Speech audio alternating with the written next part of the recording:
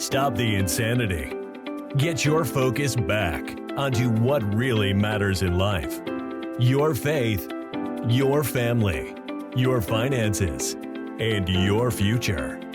Sit back, listen, and change the trajectory of your life. You are listening to the Money for Life podcast.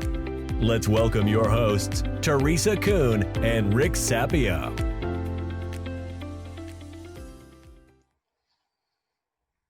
This is Teresa, and I welcome you to Money for Life, where we talk about faith, family, finances, and your future. And I am here with my partner, Rick Sapio. And Rick, I'm so excited to talk about Who's in Your Room, which is a book that you wrote, the title of a book that you wrote. And most of us understand this concept because we've been told since the day we were born, you become the company that you keep, right? Your friends, tell me who your friends are and I'll tell you who you are. I mean, we all have like 10 quotes in our minds that we can think of regarding this topic. And I love the book that you wrote and the way you describe the Doorman Principle and who's in your room.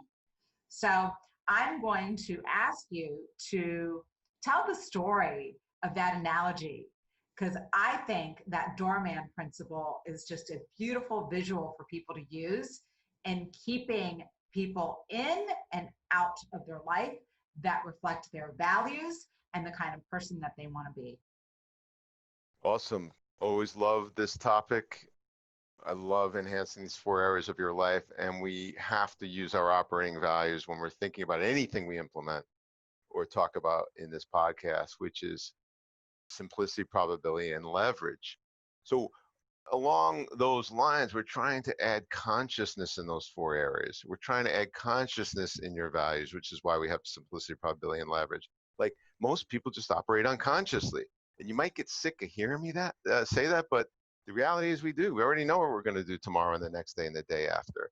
So life occurs to us as already always happening, and so let's talk about who's in your room. Who is in the room of your life? And by that, I mean, who have you given energy to? A friend of mine once told me, he goes, well, I've been divorced for 30 years from my wife. She's no longer in the room of my life. And I'm like, whoa, whoa, whoa, whoa, whoa. What do you think about her? I hate her guts. So he's spending energy 30 years post about a relationship from 30 years ago because he let this person into the room of his life. So I want you to imagine this. Imagine that your life is a room. It's a box. It's one room. And there's one way into that room, and that's the door to your life. And it's a one-way only door. Why is it a one-way only door? Because once you let someone or something into your life, it's there forever. It's a part of you forever. Just like my friend, 30 years later, he's still upset. So if you let, as a teenager, someone into your life, like a friend who drank alcohol, got into a car accident, and that person, was driving and you were in the passenger seat and you became paralyzed. You let that person into your life and that person is with you forever. Who you partner with, who you get in relationship with, who you live with, who you become friends with, what boards you sit on, who you hire, all these different things. Are you deciding to let someone in the one-way door of your life and they're there permanently? I want you to consider that. So we espouse is if you can be crystal clear on the type of people you're going to let in any situation. Like I had a list of 30 attributes of the perfect wife for me. I didn't want to go on a date or get into a serious relationship unless I knew I had a high probability of having a long-term marriage with this person. And I only knew those 30 things because I thought about it consciously for years. And then when Melissa showed up years later, I'm like, wow, she's everything on the list. I didn't think this could happen. But it's that consciousness around who I wanted into the room of my life as my bride.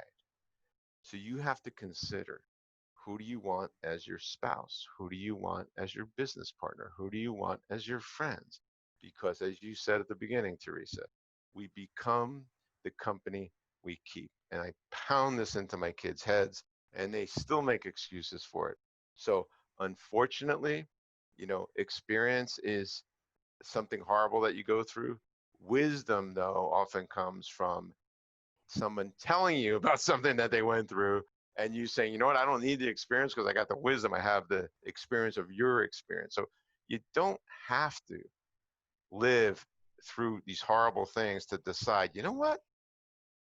I think it is important to have good friends. You just have to use common sense and gut and say, this makes sense to me. I'm going to clean up my life. I'm not going to let anybody into the room of my life. I'm not going to let any habits or projects or people that don't align with my values, that don't align with my future, that don't align with these four areas. So, Rick, you've said so much, and I just want to collapse or unpack a couple things that you said. In the mentoring that I do, the coaching, I love to mentor young women in their 20s and 30s. And, conversation that we have is, in this day and age, call me old fashioned. I wear that badge right here. I am old fashioned. I don't believe you should be hooking up with every Tom, Dick, and Harry, right? And so these girls. No pun intended. And hooking up meaning having a one-night stand, having sex, it's okay. Having these relationships. And, when I was growing up, it really, I'm sure it happened, but in my circle, we weren't hooking up. That just wasn't part of how we handled relationships. But today it is very common. And what happens with people who are constantly dating, you're exchanging energy.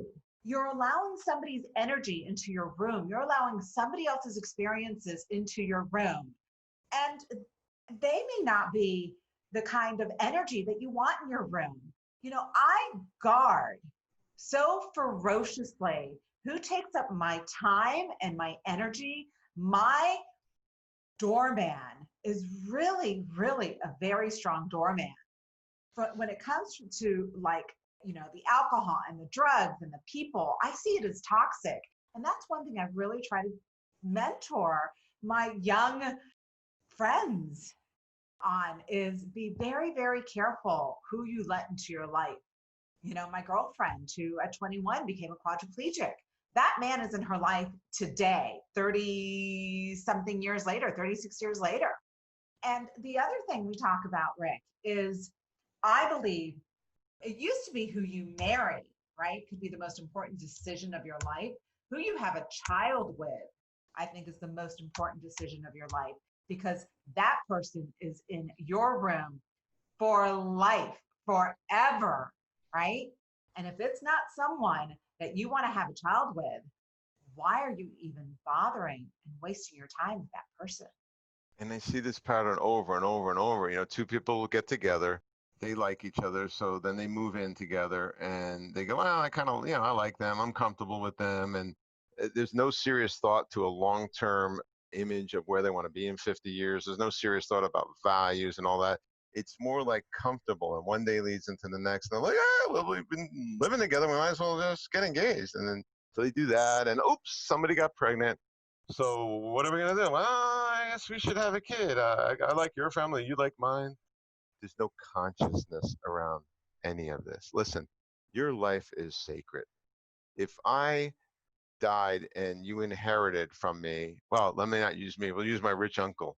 If my rich uncle left you a 1930 Duesenberg worth $4 million, I don't have to know anything about you to know that if you inherited a $4 million old antique car, you would have the best mechanic for that car. You would have the best parts dealer for that car. You would put that in a humidity controlled, very expensive garage. You would care for that car. Why would you care for that car instead of caring for yourself? What goes into your body? What toxic relationships do you have? What toxic habits do you have? Why are you addicted to electronic devices? Throw them out. Leave them in the car. Be present to your life. Plan your life. This whole podcast, and we're going to do hundreds and hundreds of episodes, is all about you having the best possible life in these four key areas. And it starts with a decision. It starts with a decision to elevate yourself to sacredness. I am a human being that belongs on this planet, and I'm going to make the most of what I have, this gift of life. Action item for people who want their doorman, what do you recommend? You have to make a list of values and decision-making criteria. It could be simple. It could take you 5 minutes. If I'm hiring somebody into my company, what attributes do I want? What values do I want for that person? And don't settle. I think people just settle too often and they tolerate, like we talked about, tolerating somebody stealing from your company for 20 years or 18 years. And if you're not married, make a list of the perfect person. That person's not going to show up unless you know what you want, and make it really extreme. Make it rare. 100-year savings solution. It's a rare client that fits. It's rare. We have a They have to tight qualify. box of. You Yeah. have to qualify. Yep, you have to be values aligned.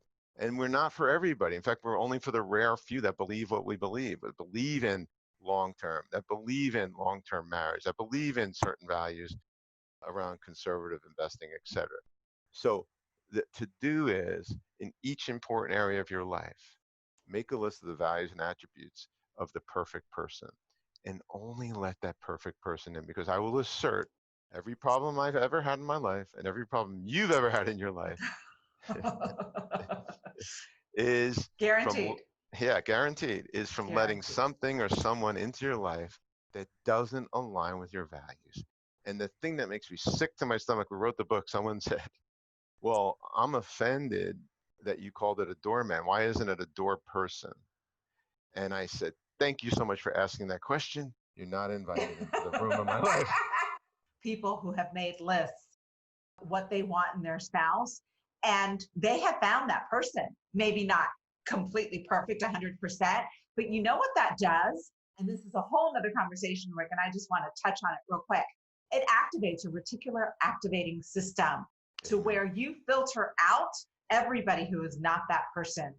It's amazing. So by having your doorman, by giving your doorman, this is who I want in and who I want out, based on values, based on what they're doing or not doing, a mentor, a coach, a spouse, a partner, the type of business, the type of avatar client, all of that. By having that spelled out, your brain goes into overdrive looking for that person. And if you can make the conscious decision to keep them out, oh my gosh, it is magical.